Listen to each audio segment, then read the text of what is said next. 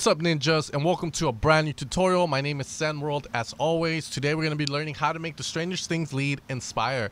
This is going to be very simple, and if you guys want this in any other synth, comment it below. It can maybe be Massive, Silent 1, or even Styrum.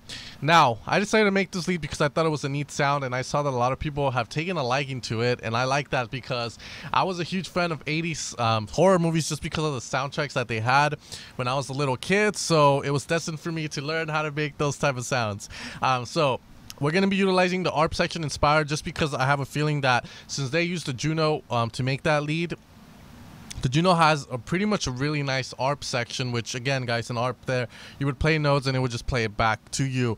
Now, we're going to be doing this. Now, the first thing we're going to do is make the melody, which is the ARP. We're going to be playing in the key of C, which is going to be A on your keyboard if you're using your keyboard to play, which is going to be this.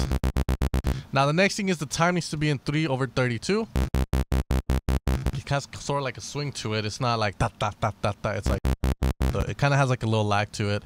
Now what we're gonna do is put the step section, and now what we're gonna do is just since the Stranger Things theme is pretty much just the C chord being played. You know, pretty much we have the C chord which sounds like this.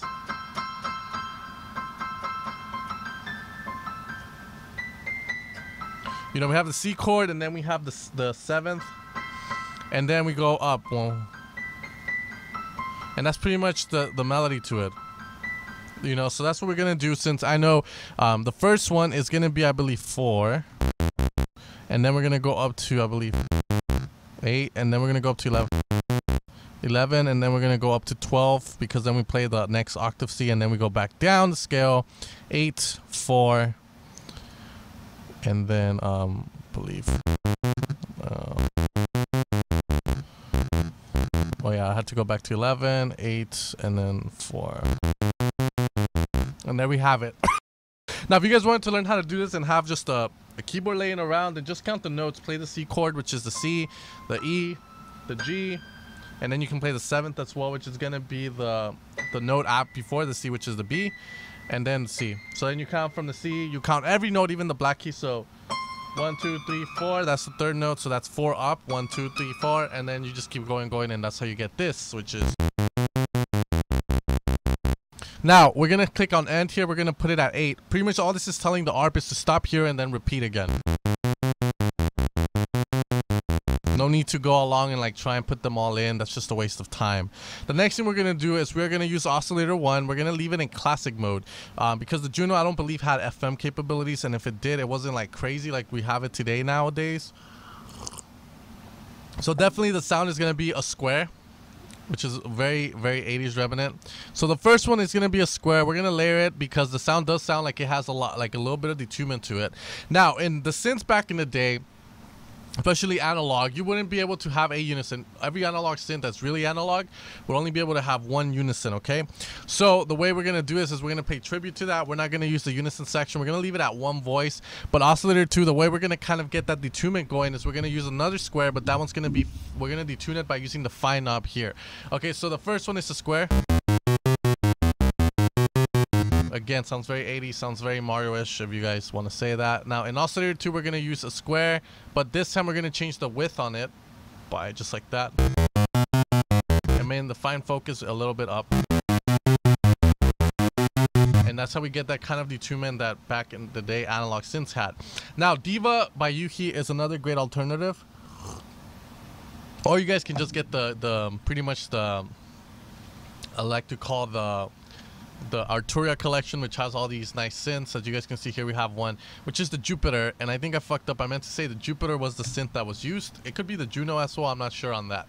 I haven't really looked into it. I just saw that deadmau5 did a video on it where he like recreated the sound, and I was like, okay, that's awesome. So once we have that, guys, I'm gonna make this wide just for the hell of it, because it sounds so pretty. Now the next thing we're going to do is put a filter. We're going to go with the Infecto. Now the filters in Spire, we have Perfecto, Acido, Infecto, Scorpio, and Combo. Now Perfecto, Acido, Infecto, and Scorpio are all going to be normal filters which allow you to use low pass, band pass, high pass. Now the reason for these filters that there's different ones is because Perfecto is the original filter. It's a filter based on the best of analog in the digital world that Spire came up with. Pretty much they were like, okay, let's get the best of both worlds and make a filter out of it. Now filters are going to use algorithms, and each one's going to have a different one. The Acido Effecto is meant to recreate TB303 sounds, which some of you guys may know as those sounds like chicka chicka wah. You know what? I can't even make it with my voice, so never mind. The Effecto is meant to recreate the Virus TI filters. And then the Scorpio is just another Perfecto, except it's just a different code, a different algorithm that Spire created. And the comb filters are just comb filters like any other one. You're going to have big gaps in the filters, which are going to create really crazy sounds. But we're not going to be using the comb filter. We're going to be using the Effecto, which is the closest thing to analog we can get, even though the Virus TI wasn't really analog like that. It was more of a digital polyphonic synthesizer. Now, pretty much what we're going to do is just do a cutoff, which is already should be set like that by thanks to Spire. Now we're gonna add a bit of release here.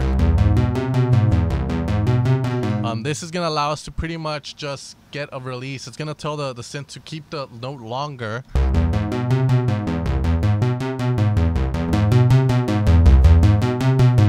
And pretty much there you could say we have the synth, but if you want to kind of just make it sound a little bit cleaner, we'll add a little bit of reverb. We're gonna add chorus, and the first mode in chorus, by the way, in Spire, is just gonna be a normal flanger. It's not really a chorus, so we're gonna turn it to 2.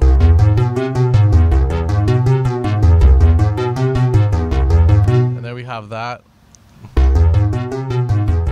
Okay, and then you can add a shaper just to saturate, because distortion is actually saturation overdone. If you just add a hint of distortion, you're gonna get some saturation.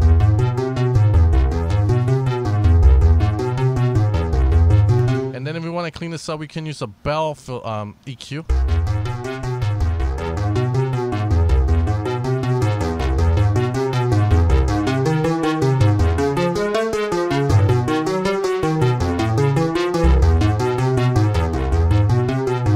And that's pretty much how you're going to create the sound from Stranger Things, guys. Very simple. You can recreate this in every other synth.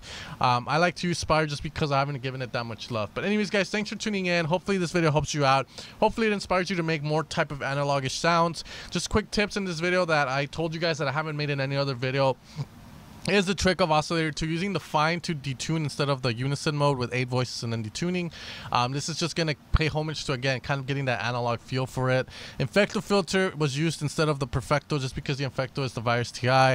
Virus TI is the closest thing we can get to an analog filter in Spire, because the other filters are based, again, on digital, and, you know, Spire hasn't really released a filter based on, you know, analog. And then pretty much the rest is the chorus effect, you know, mod 2. But anyways, guys, thanks for tuning in. I'll see you guys later. Make sure to subscribe, hit the like button, and I'll see you guys later. Like I've said 2 times already. Peace out.